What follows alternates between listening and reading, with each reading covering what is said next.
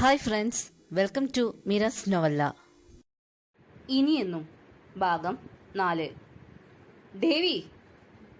ജോണിന്റെ വിളിയിൽ പറഞ്ഞു മുഴുവനാക്കാതെ ഡേവിഡ് തിരിഞ്ഞു നോക്കി.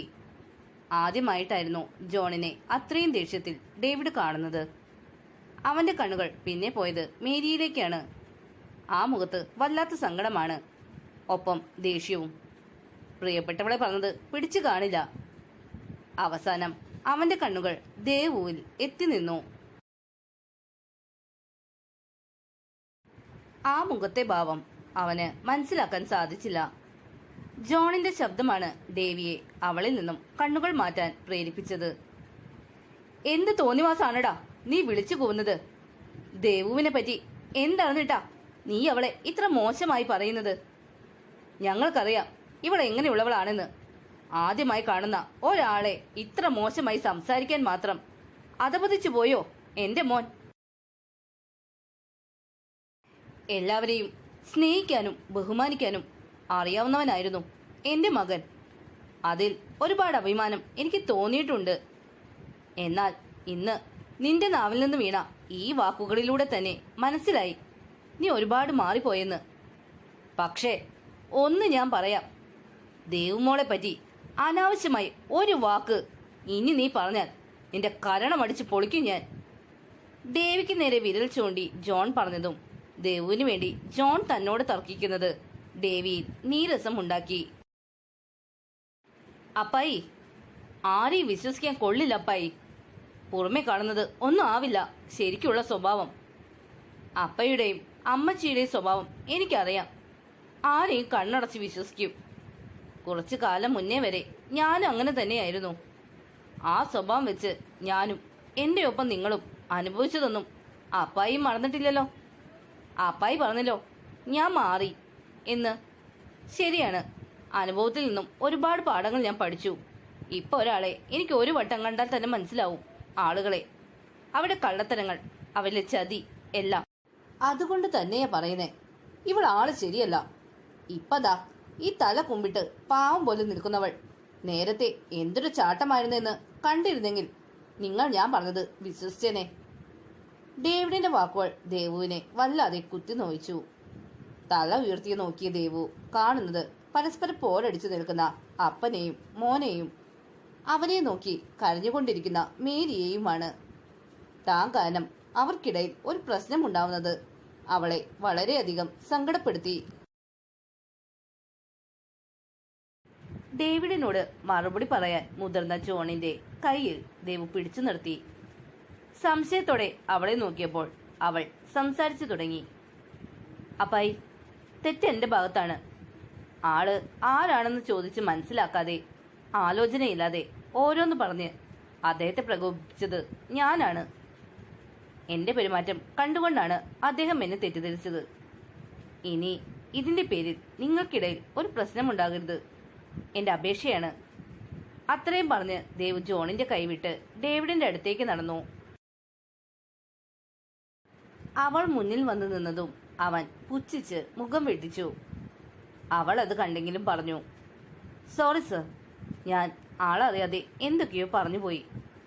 ഇനി ഇതിന്റെ പേരിൽ ഇവിടെ ഒരു പ്രശ്നമുണ്ടാക്കരുത്, ക്ഷമിക്കണം. അവൾ പറഞ്ഞത് മുഴുവൻ കേട്ടെങ്കിലും അവളുടെ മുഖത്തേക്ക് ഒന്ന് നോക്കുക പോലും ചെയ്യാതെ ബാഗും എടുത്ത് അവൻ റൂമിലേക്ക് നടന്നു. തെറ്റൊന്നും ചെയ്യാതെ അവൾ ക്ഷമ ചോദിക്കുന്നത് കേട്ട് സങ്കടത്തോടെ ജോൺ അവളെ കവിളിൽ ഒന്ന് തട്ടി ആശ്വസിപ്പിച്ചുകൊണ്ട് റൂമിലേക്ക് നടന്നു. ഇപ്പോഴും തല കുനിച്ച് കരച്ചിലടക്കാൻ ശ്രമിച്ചുകൊണ്ടിരിക്കുന്ന മേരിയുടെ അടുത്തേക്ക് ദേവ് പതിയെ നടന്നു ചെന്നു. മേരിയുടെ തോളിൽ ദേവ് കൈവച്ചതും അവർ അവളെ കൈയെടുത്ത് തന്റെ 2 കൈകളാൽ കൂട്ടിപ്പിടിച്ചു.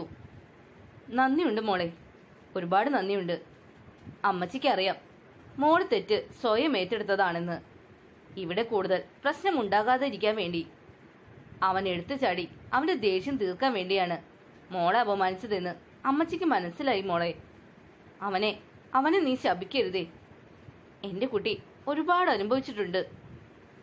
എന്റെ മോൻ ഇങ്ങനെയൊന്നും ആയിരുന്നില്ല.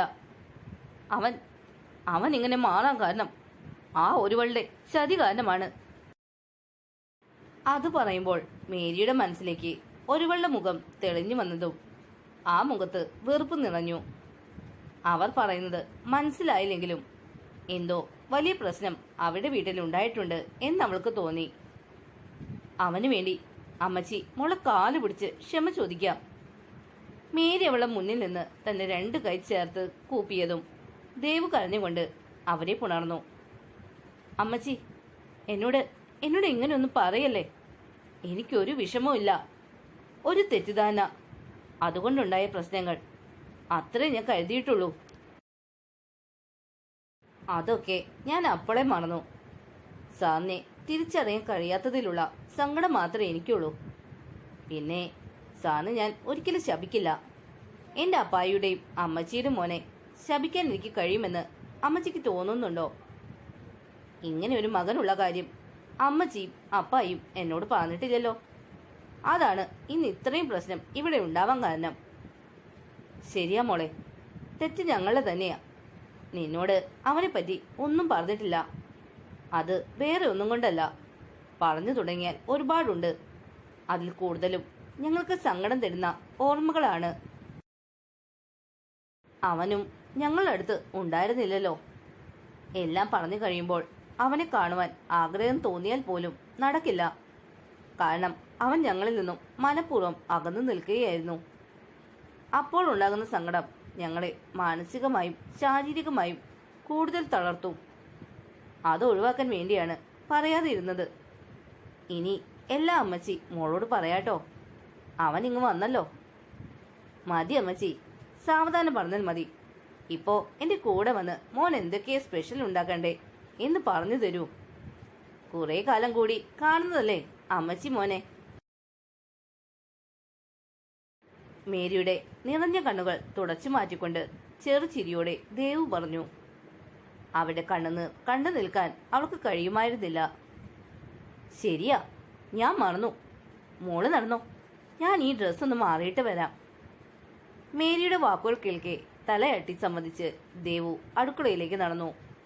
അടുക്കളയിലെത്തിയതും അതുവരെ പിടിച്ചു നിർത്തിയിരുന്ന കണ്ണുനീർ അണപൊട്ടി ഒഴുകി. തന്റെ ജീവിതത്തിൽ പലരും തന്നെ തോൽപ്പിക്കാനും അടിച്ചമർത്താനും ശ്രമിച്ചിട്ടുണ്ട്.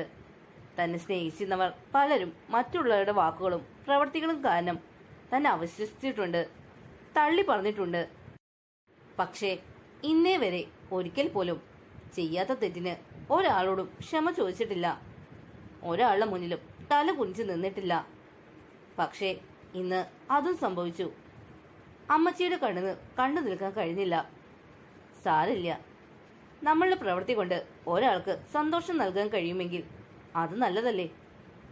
എന്നാലും അയാൾ എന്തൊരു മനുഷ്യനാണ്. ആദ്യമായി കാണുന്ന എന്നെ പറ്റി എന്തൊക്കെ വൃത്തികേടാണ് അയാൾ പറഞ്ഞത്. അതിന് മറുപടി കൊടുത്തേ പറ്റൂ. കാത്തിരുന്നോളൂ മിസ്റ്റർ ഡേവിഡ് ജോൺ കളത്തിപ്പറമ്പിൽ. തനിക്കുള്ള മറുപടി ഇന്ന് തന്നെ ഈ ദേവഭദ്ര തന്നിരിക്കും. പലതും മനസ്സിൽ ഉറപ്പിച്ച് ദേവു തന്റെ പണികളിലേക്ക് കടന്നു. അവളുടെ ഒരു സോറി, പഠിച്ച കളിയാ. അവളൊരു അപ്പായി. എന്റെ അപ്പായിയെ അങ്ങനെ വിളിക്കാൻ അവൾ ആരാ? രണ്ടാളെയും വളച്ചൊടിച്ച് കൈ വിരിച്ചിരിക്കുക. എന്നെ പോലീസിൽ ഏൽപ്പിക്കും പോലും. ഇങ്ങോട്ട് വരട്ടെ, കാണിച്ചു കൊടുക്കാം ഞാൻ ആരാണെന്ന്. എല്ലാവളുമാരും കണക്കാ. ഓ, ദേഷ്യം തീരുന്നില്ലല്ലോ എന്റെ കർത്താവേ. ദേവുവിനോടുള്ള ദേഷ്യത്തിൽ മുറിയിലേക്ക് വന്നതും ബാഗും വലിച്ചെറിഞ്ഞ് തെക്ക് വടക്ക് നടന്ന് പിറുപിറുക്കുകയാണ് നമ്മുടെ ഡേവിഡ്. കർത്താവിനെ വിളിച്ച് കഴുത്തിൽ കിടക്കുന്ന കുരിശിൽ പിടിച്ചതും അവന് കുറച്ചു നേരം മുന്നേ അവളുടെ വിരലുകൾ അതിൽ സ്പർശിച്ചതും അപ്പോൾ തനിക്ക് അനുഭവപ്പെട്ട ഇന്ന് വരെ തോന്നാത്ത ഫീലും ഓർമ്മ വന്നു. എന്താണ് തനിക്ക് ആ സമയത്ത് അങ്ങനെ തോന്നാൻ കാരണം? ഒരുപാട് പെൺപിള്ളേരോട് അടുത്ത് പെരുമാറിയിട്ടുണ്ട്. പക്ഷേ ഇന്നേ വരെ ഇതുപോലൊരു അനുഭവം തനിക്ക് ഉണ്ടായിട്ടില്ല. അവൻ തന്റെ കണ്ണുകൾ ഇറുക്കി അടച്ചു. അവളുടെ മുഖം മനസ്സിൽ തെളിഞ്ഞു വന്നതും അത്രയും നേരമുണ്ടായിരുന്ന ദേഷ്യം ഇല്ലാതാവുന്നത് അത്ഭുതത്തോടെ ഡേവിഡ് തിരിച്ചറിഞ്ഞു. ഓരോന്നാലോചിച്ച് ഭ്രാന്ത് പിടിക്കും പോലെ തോന്നിയതും ഒരു ടവലും എടുത്ത് ബാത്റൂമിൽ കയറി ഷവർ ഓണാക്കി അതിനടിയിൽ നിന്നു. ഓർമ്മകളിൽ വെറുക്കപ്പെട്ടവളുടെ മുഖം കടന്നു വന്നതും അവൻ തന്റെ മുഷ്ടി ചുരുട്ടി ചുവരിൽ ആഞ്ഞിടിച്ചു. ഇല്ല, ഒരു പെണ്ണിനോടും വെറുപ്പല്ലാതെ വേറൊരു വികാരവും ഈ ഡേവിഡിന് ഈ ജന്മം ഇനി തോന്നുകയില്ല. എന്നെ ഇത്ര അസ്വസ്ഥനാക്കിയ നിന്നെ ഇവിടെ അധികകാലം വാഴിക്കില്ല ഈ ഡേവിഡ്. മനസ്സിൽ ഉറച്ച തീരുമാനത്തോടെ വേഗം തന്നെ അവൻ കുളിച്ചിറങ്ങി. ഭക്ഷണം കഴിക്കുവാനായി മേരി വിളിച്ചതും ഡേവിഡ് താഴേക്ക് ഇറങ്ങി വന്നു. ടേബിളിൽ ആഹാരം കൊണ്ടുവയ്ക്കുന്ന ദേവുവിനെ കണ്ടതും ഒരു നിമിഷം അവളെ തന്നെ നോക്കിയവൻ നിന്നു. മറ്റാർക്കുമില്ലാത്ത എന്തോ ഒരു പ്രത്യേകതയുണ്ട് അവളിൽ. അത് കാണാനല്ല, സുന്ദരി എന്ന് പറയാൻ പോയിട്ട് ഒരു ആവറേജ് എന്ന് പറയാൻ പോലും പറ്റില്ല. പക്ഷേ തന്നോട് സംസാരിക്കുമ്പോൾ താൻ ദേഷ്യപ്പെടുമ്പോഴൊന്നും തന്നെ അവളുടെ കണ്ണുകളിൽ ഭയമോ പതർച്ചയോ ഉണ്ടായിരുന്നില്ല. സാധാ ഒരു വേലക്കാരുടെ ആറ്റിറ്റ്യൂഡല്ല അവളിൽ കണ്ടത്. അവളിൽ എന്തൊക്കെയോ നിഗൂഢതകളുള്ള പോലെ അവന് തോന്നി. കൂടുതൽ ചിന്തിക്കുന്നതിന് മുന്നേ ഡേവിഡ് കണ്ടു തന്നെ രൂക്ഷമായി നോക്കി നിൽക്കുന്ന ദേവുവിനെ. അവൾ എന്തിനാണ് ഇങ്ങനെ ദേഷ്യത്തോടെ നോക്കുന്നതെന്ന് ആലോചിച്ചപ്പോഴാണ് ഡേവിഡിന് താൻ ഇത്രയും നേരം അവളെ നോക്കി നിൽക്കുകയായിരുന്നു എന്ന സത്യം മനസ്സിലായത്. മുഖത്തെ ചമ്മൽ മറച്ച് അവളെ നോക്കി പുച്ഛിച്ചതും അതിലും വലിയ പുച്ഛത്തിൽ ദേവു അവനും തിരിച്ചു കൊടുത്തു. അവളെ നോക്കി ശബ്ദമുണ്ടാക്കാതെ ചുണ്ടനക്കി അവൻ പോടി എന്ന് പറഞ്ഞതും അവനോടുള്ള സകല ദേഷ്യവും ആവാഹിച്ച് നിലത്താഞ്ഞു ചവിട്ടി അവൾ അടുക്കളയിലേക്ക് പോയി. അത് കണ്ട് അറിയാതെ തന്നെ അവന്റെ ചുണ്ടിൽ മനോഹരമായ പുഞ്ചിരി വിരിഞ്ഞു. ഒരുപാട് നാളുകൾക്ക് ശേഷം അവൻ ആശ്ചര്യം തോന്നി. മുന്നിൽ നിൽക്കുന്നത് തന്റെ ശത്രുവാണ്. എന്നാൽ ഈ നിമിഷം അവളോട് തനിക്കുള്ളിൽ വെറുപ്പോ ദേഷ്യമോ ഇല്ലെന്നുള്ളത് അവിശ്വസനീയം തന്നെയായിരുന്നു. നീ ഇത് എന്താലോചിച്ച് നിൽക്കുക ദേവി? എത്ര നേരം ഞാൻ വിളിക്കുന്നു?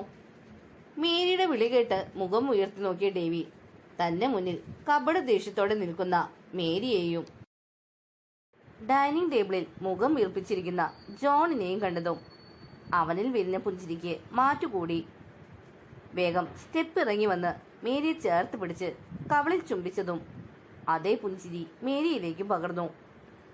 ഭക്ഷണം കഴിക്കുന്നതിനിടയ്ക്ക് മേരിയും ഡേവിയും പരസ്പരം സംസാരിച്ചെങ്കിലും ജോൺ അതൊന്നും ഗവനിക്കാതെ ഭക്ഷണം കഴിക്കുന്നതിൽ മാത്രം ശ്രദ്ധിച്ചു. പെട്ടെന്ന് കഴിച്ചത് ശിരസിൽ കയറി ഡേവി ചുമയ്ക്കാൻ തുടങ്ങിയതും ജോൺ വെപ്രാളത്തോടെ എഴുന്നേറ്റ് ചെന്ന് ഗ്ലാസ്സിലെ വെള്ളം അവന്റെ ചുണ്ടോട് ചേർത്തു. ചുമ മാറിയതും തന്റെ അടുത്ത് നിൽക്കുന്ന ജോണിന്റെ അരയിലൂടെ കൈ ചേർത്ത് വയറിൽ മുഖം അമർത്തി ഡേവിഡ് ഇരുന്നു. സോറി അപ്പായി, അപ്പോഴത്തെ ദേഷ്യത്തിൽ പറഞ്ഞു പോയതാ. ഇനി എന്നോട് പിണങ്ങിയിരിക്കല്ലേ. ഈ താന്തോന്നിയോട് ക്ഷമിക്കുന്നേ. കുറുമ്പോടുകൂടി ഡേവിഡ് പറഞ്ഞതും ജോണിന്റെ നോട്ടം ചെന്നത് അടുക്കള വാതിൽ ചാരി തങ്ങളെ തന്നെ നോക്കി നിൽക്കുന്ന ദേവുവിലേക്കാണ്. അത് കണ്ടതും അവൾ തന്റെ കണ്ണുകൾ രണ്ട് ചിമ്മി മനോഹരമായി പുഞ്ചിരിച്ചു. അത്രയും മതിയായിരുന്നു ജോണിന് ഡേവിഡിനെ ചേർത്ത് പിടിക്കാൻ. മേരിയും ജോണും ഡേവിഡിന്റെ അപ്പുറവും ഇപ്പുറവും ഇരുന്ന് സന്തോഷത്തോടെ അവന് വാരിക്കൊടുക്കുന്നതും കളിയും ചിരിയുമായി വിശേഷങ്ങൾ പങ്കുവയ്ക്കുന്നതും കാണുകെ ദേവുവിൽ അത്രയും നേരമുണ്ടായിരുന്ന പുഞ്ചിരി പതിയെ മാഞ്ഞു. അവളുടെ മനസ്സ് വർഷങ്ങൾക്ക് പിന്നിലേക്ക് ചലിച്ചു. മനസ്സിനെ സന്തോഷിപ്പിക്കുന്ന, അതിൽ കൂടുതൽ കുത്തി നോവിക്കുന്ന ഓർമ്മകളിലേക്ക്.